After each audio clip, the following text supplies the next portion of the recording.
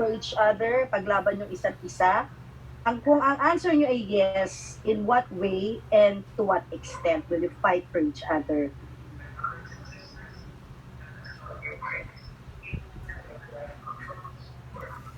Yeah, of course, of course.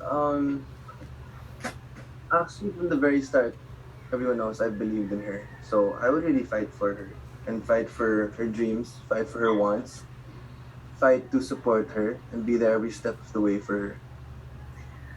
Yeah, same. Simply just by being there for him, showing him my support, and supporting him with whatever he is passionate of. That's also a way of fighting for him. Nice, nice. So my last question will be to give our media colleagues a chance to ask also, hello there, Eugene Assis, is that, sa totoong buhay ba, nasubukan na ba ang whatever relationship or friendship you have now, na put to a test na ba?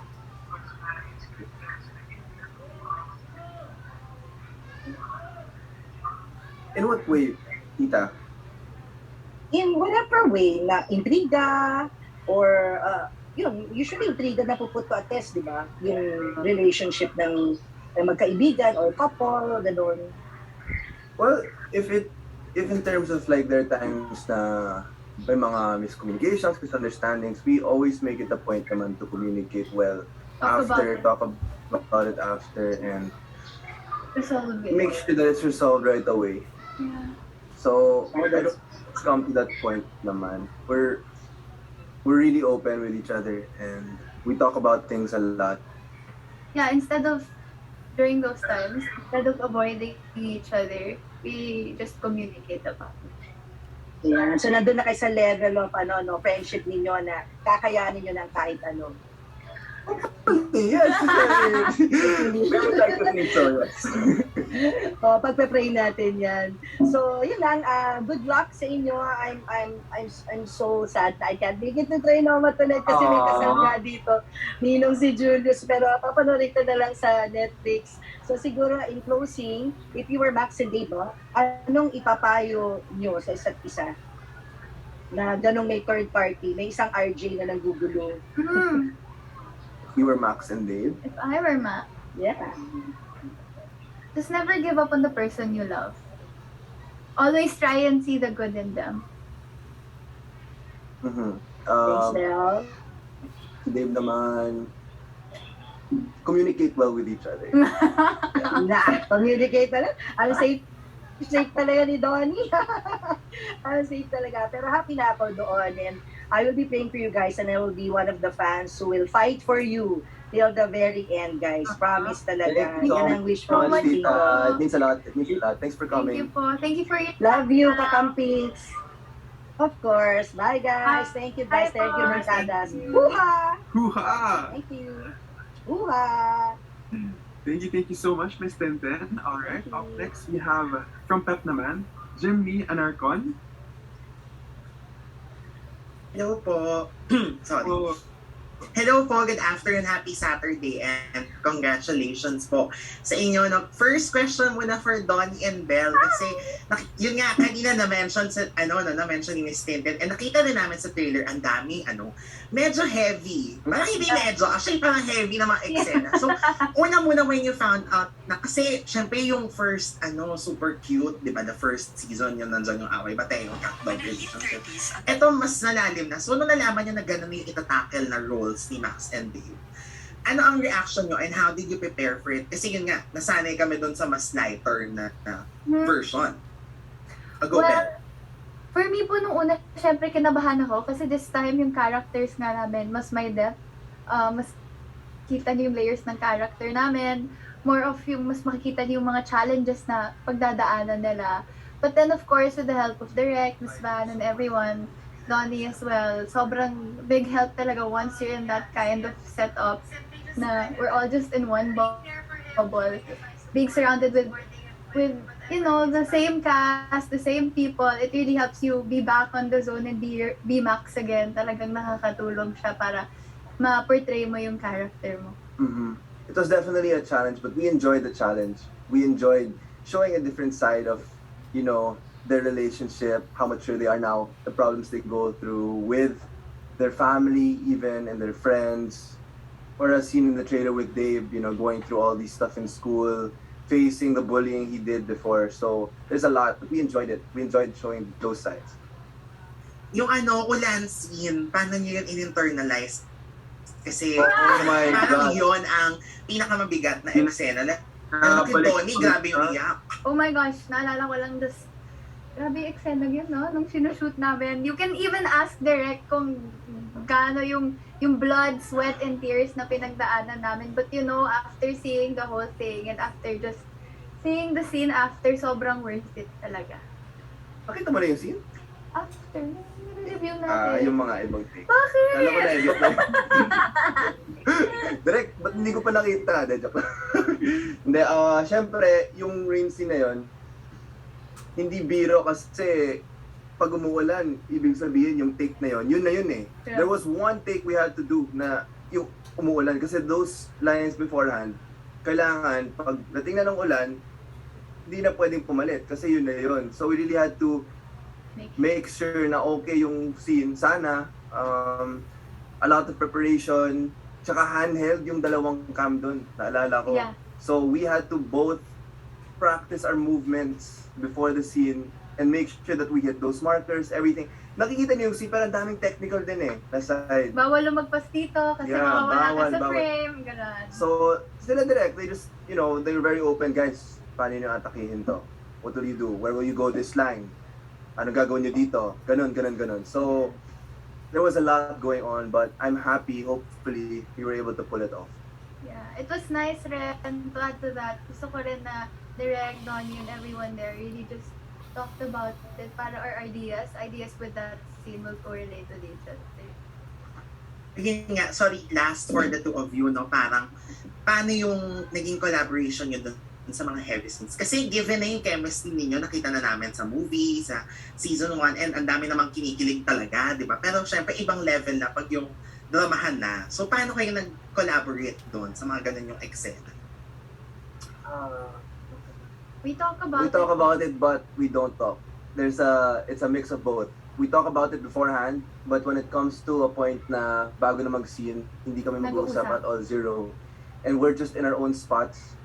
I remember doing a scene na talagang naghiwalay tayo ng standby area. Yeah. Na I had to I have to stay here just to be in my character. Tapos may sarili akong way na magkaroon ng emotion dun sa scene. Siya rin may sarili siyang way na kumarga. Mhm. And then, when we get to the set, doon namin ilalabas. And then after, we comfort naman each other. Kasi hindi naman pwedeng after nun, nakabukas lang yung door na yun, tapos hindi mo na isasara. Sasara. So we have to always make sure na, okay, for the scene lang yun. Pati si Derek, grabe kasi magkarga. Kaya naman paano kung kakalas sa mga emosyon ko dun sa eksena yun. Pero yun, But grabe. it is a talaga. collaboration, It for is. sure. We feed off each other. Ayan, direct, ito na po, it's your turn. Paano po ang naging paano yung pag-motivate na ginawa niyo din for Donny and Belle? And how was it directing also their heavy scenes coming from building their chemistry and now mas higher level na? Well, yung motivation ko sa kanila is kind of personal. Yan, na personal level na talaga. Umabot na kami sa ganun na honestly, medyo sometimes cross the line for them to get to that kind of emotion. Alam mo yan, Belle? But, Oh. pero yun, parang afterwards naman, alam ko yun nga sinasabi ni Belle, hindi siya basta-bastang kadali kumalas kasi talagang pinapasok namin yung emotion ng character and everything. So parang ako kasi I motivate my actors in a way that I get to know them more. What makes them tick. Ganyan, what's their personality. So kung kumbaga if they have same personalities with the characters, we'll use it. If not, we'll still use it in a different way.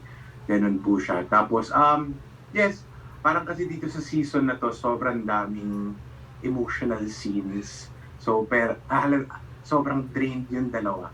Sometimes, sobrang madaling araw na, we're still taking heavy scenes, ganyan-ganyan. So, syempre, they're both exhausted, but syempre, we have to push through. So, talagang pinupush ko sila.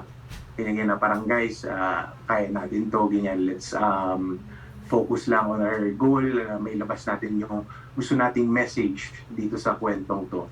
Tapos, yun nga, when they were talking about the rain scene, for me, that's one of, if not the hardest scenes that we took this season.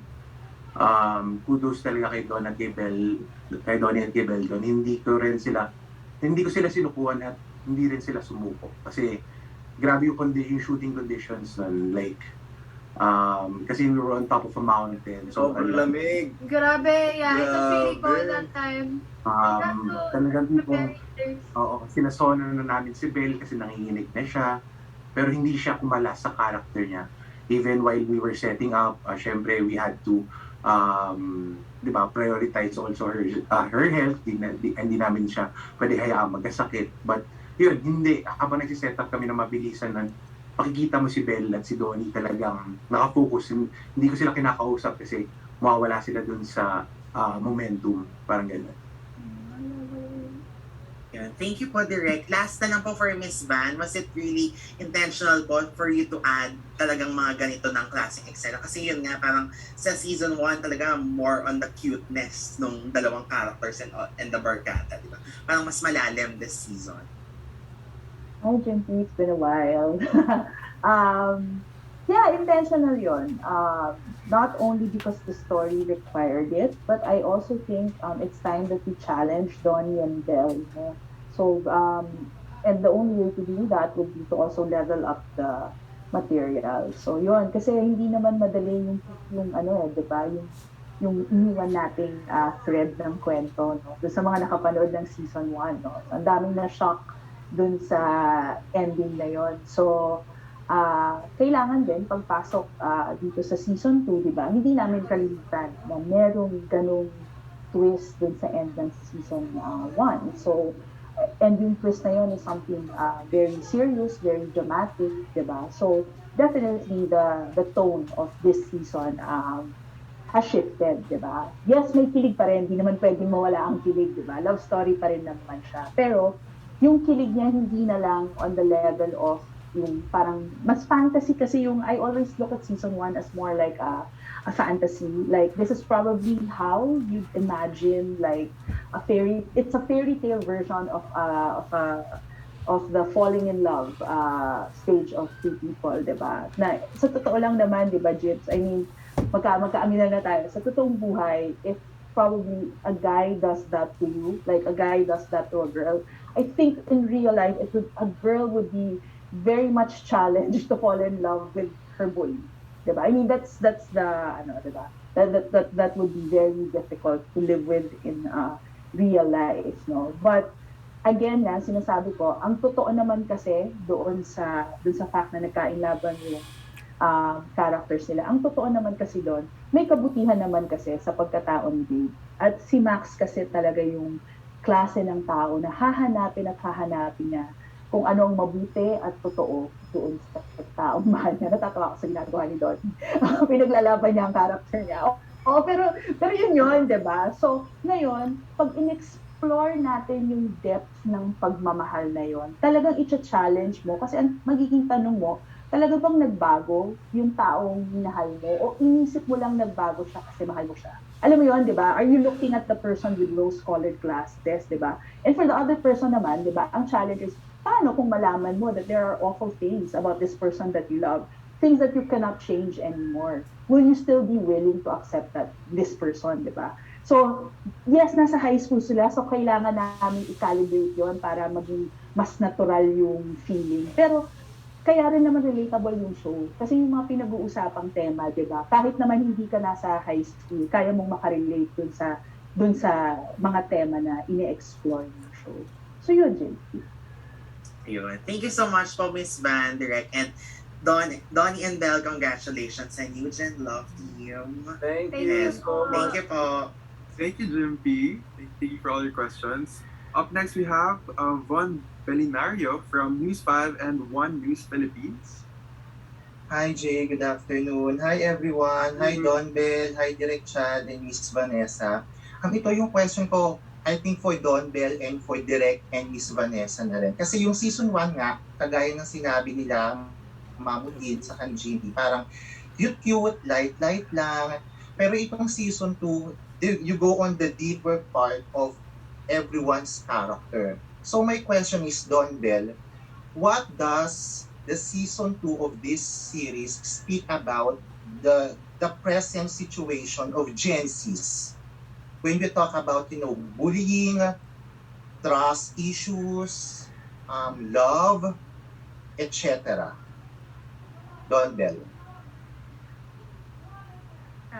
I think it just shows that, well, for everyone, hindi lang puro sunshine and rainbows yung pag-ibig. It's a roller coaster ride which you will have to choose to go through it together. But in the end, pag nagawa nyo lahat yun, makikita nyo na worth it naman, hopefully. So, there are a lot of twists and turns that happens, but it's your choice together if you will go through it, go through those hurdles, go through the storms. Yeah. Because that's what it's all about, Hindi lang yung puro happy. I totally agree. It's your choice whether you want to be stuck in that feeling or to just move forward with life. It really talks about life. And that's just how life is, not just love.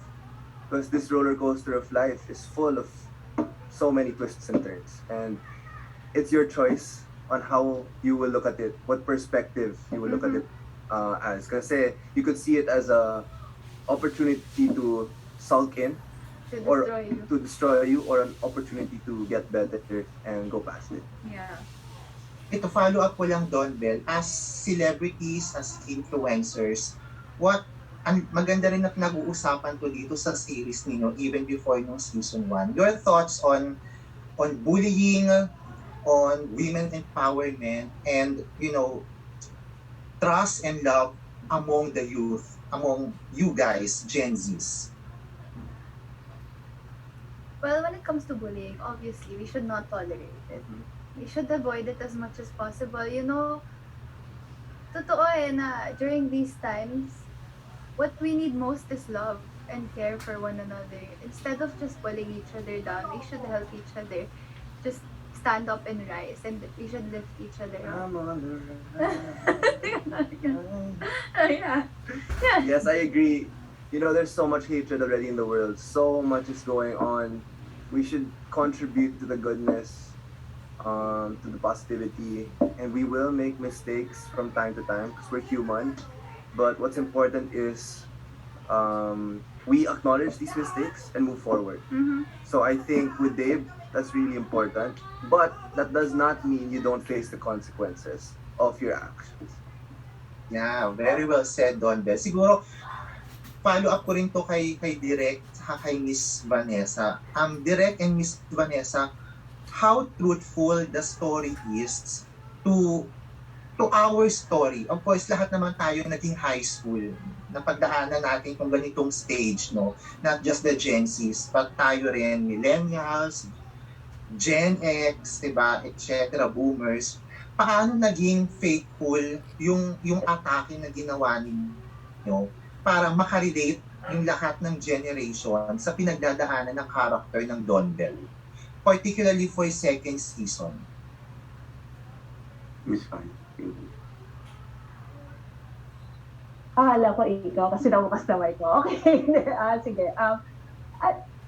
I think naman, even in first season, we really tried to make it as relatable as possible to everyone, na kahit hindi ka na nag-aaral sa high school, makaka-relate ka. So even, di ba, buwan dun sa first season, meron na tayong family issues, di ba? Meron tayong issues of friendship.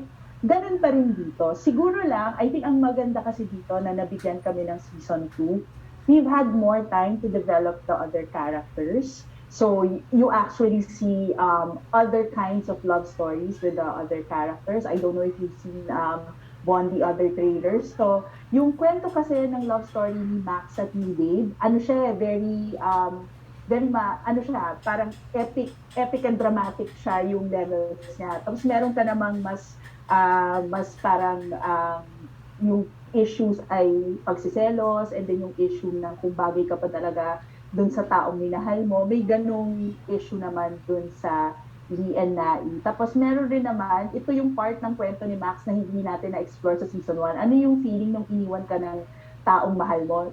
Well, part rin yun ng kwento ni Dave, no? Nung season 1 na hindi natin masyadong na-explore. Yun naman yung pagdadaanan ng character ni Michiko. So, maraming kwento pa. Tsaka, by the way, hindi pa pala natin na-resolve. Natatawa lang ako kasi minention sa akin to ng cousin ko kagabi na ang pinag-uusapan daw ng mga moms ng friends niya is ano mangyayari kay Tita Macy at saka kay Maxim. Ang dami palang invested dun sa kwento na yon nung stepmom ni Max at saka nung dad niya. So there's something for everybody. But yun nga, as I said in one of the assemblies before, no, it's a redemption story. And it's not just a redemption story for Dave, no. I think all of us, because there is in all of us that innate goodness and innate capacity to do good. No, we are all worthy of love. Sometimes we just don't recognize it within ourselves, and it takes another person loving us for us to realize, oo nga, no, kamahal-mahal pala ako, at dapat ang binabalik ko sa mundo ay pagmamahal. So, lahat sila may pagdadaan ng ganun this season. Kaya, feeling ko, relatable yun. Kasi para sa lahat naman ng tao, yung journey na yun, yung redemption story na yun. Yun din. Thank you, Miss Vanessa. You wanna add something? Direction?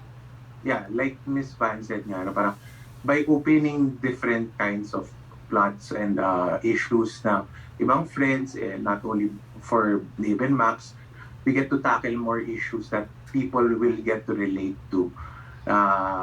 Yung sometimes, for example, as we can see in the trailer, the compatibility of Nai and Lee, tapos the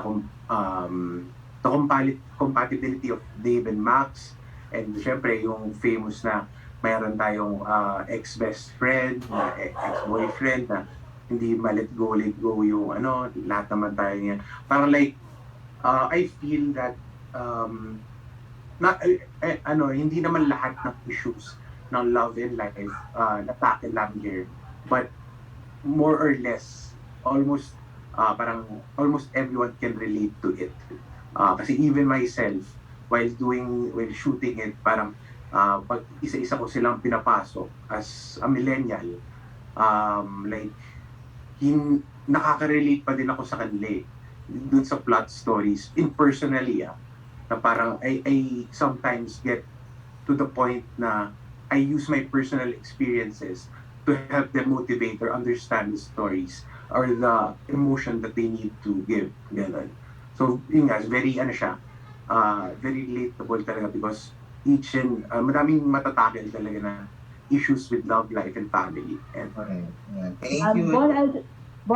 Dagdagan ko lang na, kasi ang dami namin kinataka sa season na to. We also took into consideration in the writing that we went through a pandemic, and that people had to deal with sadness, people had to deal with depression and mental health issues. So even that is sort of tackled in some episodes, especially much later in the season. And then also yung feeling ng, I think a lot of Gen Zs feel this because they went through the pandemic talaga na-stall yung mga pangarap nila. So, meron kang, hindi namin matatackle full on yan kasi sa mundo ng HIH, hindi naman nag-pandemic. Pero yung feeling lang that you're looking forward to a future, how do you plan your future now? Lalo na gagraduate yung class na to, no? Gagraduate batch nila. So how do you now plan your future? Lalo na kapag yung plano mo, you have to take into consideration the person that you love. Magiging parte ba siya ng mga plano mo for the future? Paano kung sasaliwa yun sa mga plano mo para sa sarili mo? So, yun nga, marami siyang relatable topics, hindi lang tungkol sa love and family. Meron rin in a way tungkol sa career. Di ba? Parang ganun. Kasi ang career naman nila ay pagiging estudyante. So, meron that makes it more exciting, Miss Vanessa. Yes. Siguro, last question ko na lang for Donny. Donny, naging viral ka lately, no? Pinag-uusapan ka lately after you you went to the campaign rally of VP Lenny and Senator Kiko sa Pasig, and then you did the house-to-house tour, house-to-house na campaign. Siguro not just you are a celebrity, but because of the thing that you did para sa kampanyang ito. Siguro my question is, ano yung klaseng fulfillment na nakukuha mo from doing those kind of activities, not just as kamag-anak or pamangkin ni Senator Pangilinan, but a part of the Philippine electorate. Lalo pat crucial ngayon yung season na to for the Filipinos. I guess it's great that pinag-uusapan.